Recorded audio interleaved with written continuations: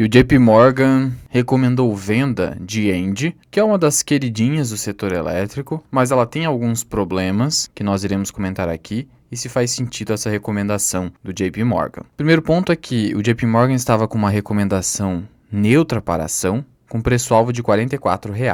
Nesse momento, as ações estão próximas desse preço-alvo. Na presente data, as ações caem 0,93%. As ações da ENGIE são muito pouco voláteis. Isso é comprovado pelo simples fato de que quando você vai aqui dentro do site da B3 e coloca em desvio padrão volatilidades dos últimos 12 meses e pesquisa por ENGIE, você verifica uma volatilidade anualizada de apenas 17%. Até 30% é uma ação considerada de baixa volatilidade e a ENGIE é muito baixa mesmo. Por quê? Porque é uma ação que não tem especuladores. O pessoal não fica tentando vender a descoberto. É uma ação mais voltada para investidores, sendo que a grande maioria das ações do setor elétrico possuem essa característica. Outro ponto interessante é que o beta dos últimos 5 anos das ações de ENGIE é de 0,55. O que isso significa? Que, nos últimos 5 anos, a variação da ação seguiu o seguinte padrão. A cada 1% de alta do Ibovespa, as ações subiram 0,55. A cada 1% de queda do Ibovespa, as ações tendiam a cair 0,55. Então, um beta muito baixo, abaixo de 1, significa uma baixa sensibilidade aos movimentos do Ibovespa. Então, tem um beta baixo, além do fato de ser uma empresa com baixa volatilidade. Então é aquele tipo de empresa que você não vai, no geral, ter grandes oportunidades de preços para aportar. E é por isso que eu não consigo ter na minha carteira principal ENGIE, porque eu ainda não consegui pegar uma grande oportunidade que seria excelente, porque veja, ela tem um dividend yield que fica próximo de 6%. O dividend yield dos últimos 5 anos ficou nessa faixa. A empresa não deixa de pagar em nenhum ano. É uma empresa que detém uma política de dividendos muito boa. Acontece que esse dividend yield só não é maior porque ela negocia múltiplos de 10, 11 vezes lucro. Só que o interessante é que ela consegue pagar esse yield de 6% com um payout de 50% no momento. Então isso é impressionante, você conseguir pagar 6% de yield com apenas 50% de payout é um dividendo bastante sustentável. Se a ação negociasse a múltiplos de elétricas no geral, 5, 6 vezes lucro, ela pagaria 10, 11% de yield com 50% de payout. Aí seria uma elétrica maravilhosa para uma carteira de dividendos. Mas por que, afinal de contas, a recomendação de venda? É que os analistas do JP Morgan entendem que a ação ficou muito cara, basicamente. Teve um desempenho superior aos pares do setor, em 7,1 pontos percentuais, e quando eles estão falando pares do setor, estão falando do setor de geração de energia elétrica, porque outras ações do setor elétrico subiram mais. E aí eles citam, apesar de ser um ativo com um beta inferior. Então eles estão dizendo, tem um beta inferior e teve um desempenho superior aos seus pares setoriais. Ficou cara. Essa é a lógica do JP Morgan. Eles acreditam que esse desempenho positivo seria justificado por ser um ativo sensível às taxas de juros. Isso aqui é verdadeiro, mas as ações não subiram tanto assim. Por mais que você olhe aqui 27% de alta nos últimos 12 meses, isso só aconteceu se você pega aqui do fundo, que aconteceu em janeiro a 37, cotação ajustada. Aí você puxa aqui, você tem algo em torno de 20%, agora 27% não é o caso. Então não foi uma alta tão expressiva, não subiu mais que o Ibovespa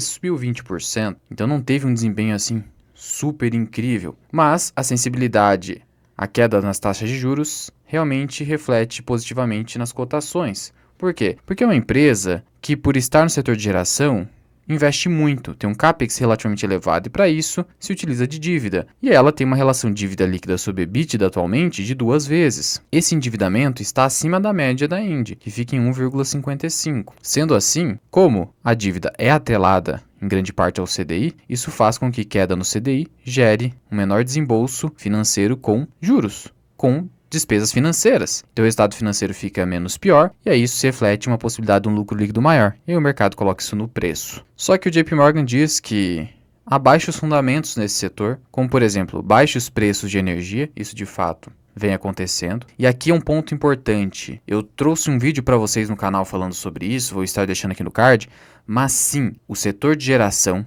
é o mais arriscado dentro dos 3 subsetores do macrosetor elétrico. Por quê? Porque você tem geração, distribuição e transmissão. Transmissão e distribuição possuem receitas mais previsíveis, não estão lidando com a commodity energia elétrica no sentido de estar sujeitas ao seu preço, enquanto que a geradora está sujeita ao seu preço de mercado e também a fatores climáticos. Sendo assim, o setor de geração é mais arriscado, e aí deveria dar mais oportunidades. Você tem nesse sentido a AES Brasil, só que a Engie acaba não dando tantas oportunidades, por isso fica mais precificada. Perspectivas desafiadoras para energias renováveis que exige grande investimento e até então não teve alto retorno. Eles veem nesses preços uma taxa interna de retorno de 8,5%, que é baixa, abaixo de 10, 12% realmente é baixa. Então basicamente eles estão dizendo, olha, não vemos justificativa para pagar o preço atual de Engie, que precisaria desalavancar, já que a dívida está em quase 7 bilhões de reais. E desalavancagem também significa menos dividendos. Hoje, quando nós analisamos aqui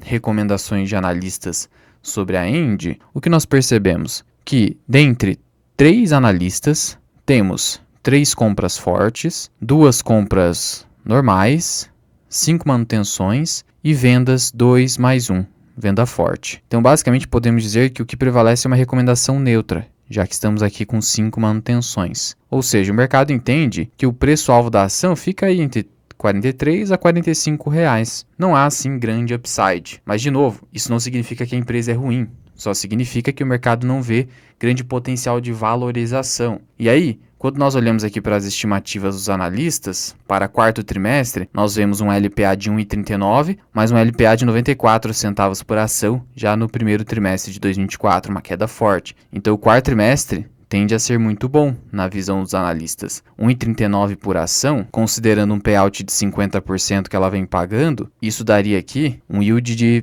quase 70 centavos por ação. Se você multiplica por 4, uma projeção, você chega a 2,78. Se você divide por 6% do Basin, você chega a um preço teto de 46. Então veja que até com o preço teto do Basin, a ação já estaria próxima aqui do preço máximo para aportes. Eu, como sempre, adoto uma margem de segurança maior do que aquela que eu encontro via preço teto, eu prefiro pagar até R$ 44 em Engie hoje. Só que olhando aqui para o histórico dos últimos 10 anos de múltiplos da empresa, nós vemos que esse PL de 10 vezes lucro é bem abaixo de 2021, 2019, está abaixo de 2018, 2017, 2016, portanto, a ação hoje estaria relativamente barata em relação ao seu histórico, assim como seu indicador preço sobre valor patrimonial em relação a 2020, 2019 e também 2018. Sendo que as suas margens melhoraram muito, estão em 30%. Então é uma empresa que vem crescendo em eficiência. Reduziu seu payout para 50%, mesmo assim mantém um yield de 6%. Mesmo quando nós olhamos para o indicador V sobre EBITDA, que é mais importante com empresas que têm uma dívida que supera 1 vez EBITDA, está em 7 vezes contra 10 vezes de 2019. Então, considerando o seu histórico, a Engie não está tão cara, mas não é uma grande pechincha. Por isso que o que prevalece é recomendação neutra. Eu também daria uma recomendação neutra se escrevesse um relatório a respeito de Engie hoje. Mas também é sempre importante lembrar da lição do Charlie Munger, que eu expliquei com detalhes num vídeo que eu vou estar deixando aqui no card, a respeito da importância dos indicadores de rentabilidade ROI e ROIC. E no caso da Engie, por ter dívida, a gente olha para o ROIC. Ela detém um ROIC de 20%. Historicamente, ela mantém um ROIC próximo de 20, 21%. Um ROIC bem elevado. ROIC acima de 10% já é uma boa empresa. Acima de 15%, excelente. Acima de 20%, então, como é o caso da Engie, é espetacular no setor elétrico. Mas o mercado precifica. E ela não vem crescendo tanto assim nos últimos 5 anos, seus lucros e receitas. Então, eis aqui a dificuldade de se investir. Não é simplesmente você comprar uma boa empresa, como alguns preconizam. Seria muito fácil simplesmente pegar aqui as empresas que nunca deram prejuízo, empresas que possuem aqui ROI ou ROIC acima de 10, 15%, margem líquida acima de 10, 15% e acabou. Com esse filtro, eu montaria uma carteira de ações, mas aí é que está o problema. Existe um conceito chamado prêmio de risco. O que é o prêmio de risco? Vamos pegar aqui o histórico da taxa Selic dentro do site do Banco Central. Nós tivemos um pico recente de 13,75% ainda nesse ano de 2023. 13,75% significa que, com risco baixíssimo, apenas risco de crédito, no caso risco governamental, eu conseguiria em tese algo próximo de 13,75%. Descontando imposto de renda, 12%, quase 1% ao mês. Quase sem risco. Agora, será que eu conseguiria essa mesma taxa de retorno investindo em Engie, que entregou um retorno nos últimos 10 anos de 170%? Sendo que, quando nós comparamos com Ibovespa e DIV, a End ficou muito próxima da média de mercado, dificilmente você conseguiria aqui 12% ao ano ou 13% ao ano sem risco. Você até conseguiria 13% ao ano, 12% ao ano em End. Mas cadê o prêmio de risco, o ágio que você recebe ou tem expectativa de receber por estar correndo um risco superior da renda variável? É assim que os investidores tomam decisão. E com End, fica difícil, a depender do preço, você comprá-la sem ter uma expectativa de prêmio de risco. Por isso que o ideal seria comprar End a 37, 38 ou 39. Aí você teria um retorno ali potencial maior. Mas não ficar aportando consistentemente a qualquer preço, sob pena de não ter, de novo, o famoso prêmio de risco. Então a dificuldade de se investir na Bolsa de Valores, além do psicológico, é saber alocar no melhor preço possível, sob pena de a sua rentabilidade não conseguir superar, com claro prêmio de risco, a renda fixa brasileira que rende muito. Mas destaco de novo, uma empresa excelente, tem números impecáveis, tem uma liquidez corrente acima de 1, tem um excelente free float, nunca reportou prejuízo, mas veja só o mercado sendo eficiente na sua precificação, gráfico de lucro e cotação subindo na mesma direção. É claro que no longuíssimo prazo, 30 anos, podemos esperar um retorno de 20% ao ano com End? Até podemos, mas muito longuíssimo prazo. Sendo que, no meio do caminho, quando você vai aportar o seu dinheiro suado que você economiza, você não raro verifica oportunidades mais claras de preços que lhe trazem uma expectativa de retorno maior. Nesse ano, muitos estão fechando com rentabilidades que superam 25% ou até 30%, justamente pelo que estou falando, aproveitaram outras oportunidades com seus aportes. Você não conseguiria esse tipo de retorno concentrando a sua carteira em End. É uma dura realidade, mas é assim que funciona a realidade da Bolsa de Valores. Não basta a qualidade da empresa, mas também o preço. Mas ressalvo que o preço é secundário, mas ele é importante. Vale ressaltar que a End passa por todos os critérios aqui que eu coloco no meu checklist, disponível aos alunos do FMI, só em relação a preço, que não é uma grande barganha. Está na minha carteira Fisher, que eu deixo lá na área de membros associado Mirai, e como eu disse, se estivesse ali a 37, 38 até 39, até seria o caso de compra, pela altíssima qualidade do papel. Mas veja que, tendo em vista seu caráter cíclico, o preço